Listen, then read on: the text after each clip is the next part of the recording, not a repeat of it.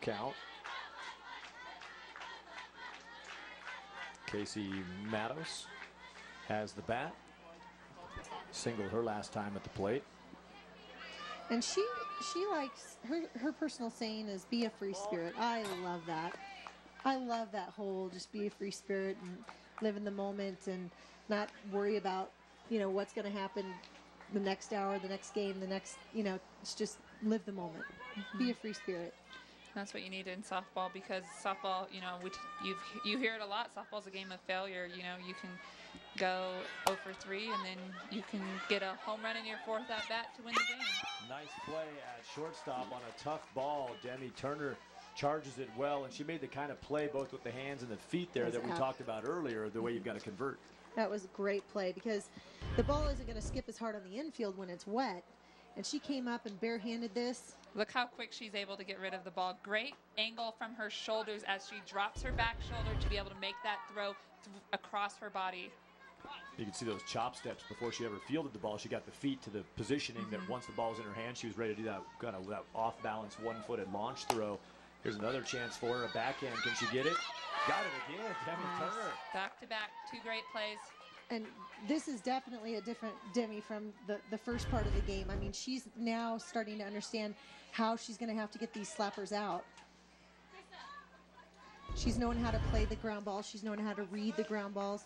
I mean, if that ball bounces more than twice on a slapper, she's going to be safe. You have to get that ball within 2 bounces. Good stretch by Paige McDuffie at first base. 2 outs recorded. Again, the damage done by the big swing by Bridget Castro, who hit it out and scored that international tiebreaker runner in front of her with the blast. So 9-7 is your score on your screen, top of the 8th inning, and we're in extras. It's a 7-inning ball game, but wasn't decided after that point. So here we are, playing it out to see who moves on to the championship. Ball knocked foul. Dakota Matiko now batting. And her favorite hobby is drawing. I'm sure she'd like to draw another number up there on that scoreboard. I think she would too. Maybe a 10. Draw herself a hit.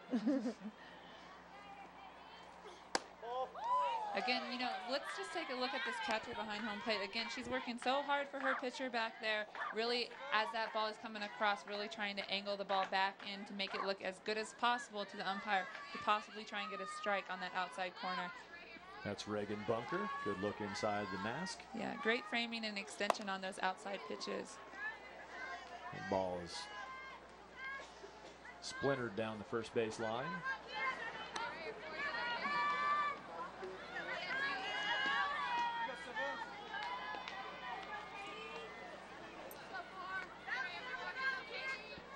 Katie Marks trying to get through Dakota Matiko and send her team back to the bats, down 2 in the 8th inning. This ball is shallow to center and will be taken in by Andrea Hawkins, bottom of the 8th. Well, they got to do it again. Came back from a 3-run deficit in their last bat. Now they got to get 2 or more to keep this thing going. Impact Gold coming up.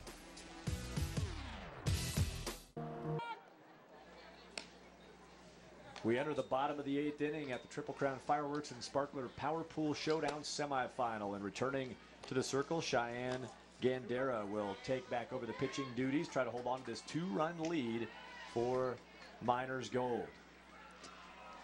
And we're in tiebreaker situation, so we have a runner at second, international tiebreaker, to start the inning off. That'll be Mackenzie Kerpeck out at second base. The cleanup batter was the last out of that bottom of the 7th inning was Kerpeck, so she'll represent the get within 1 run, and the tie on Erin Shireman batting in the 5 spot for Texas Impact Gold. Shireman, a strong hitter, good bat to have at the plate. Has not had a hit yet tonight. See her results so far, but a very good hitter. I've seen Erin a few times now. She's been in our televised games a couple different times, and she's one of the top players regardless of where you're from. Yeah, it's a great game about softball. Even though you're 0 for 3 on the day, it doesn't mean that you can't come up and get a big hit when it matters. Yeah, there's always a different star every game. That's the wonderful thing about offense is it's just a matter of who comes up. It's going to be, somebody different every game. And if you put the pressure on yourself every time you get up to bat to be that star and to get that hit every single time, you're just putting too much pressure on yourself. You know, things happen when you're not thinking. And we talked about that earlier about how you really want to be not thinking about anything, like crickets going on in your head when you're up to bat. Great pitch. Again, that changeup just dropped right out of the zone. It's so hard to stay on that, even if you're looking for it when it falls out and it bottoms out just as it's reaching home plate. 46 miles per hour there. We've seen Gandera show off the speed change a few different times in some key at-bats, and this is one of them. Shireman capable of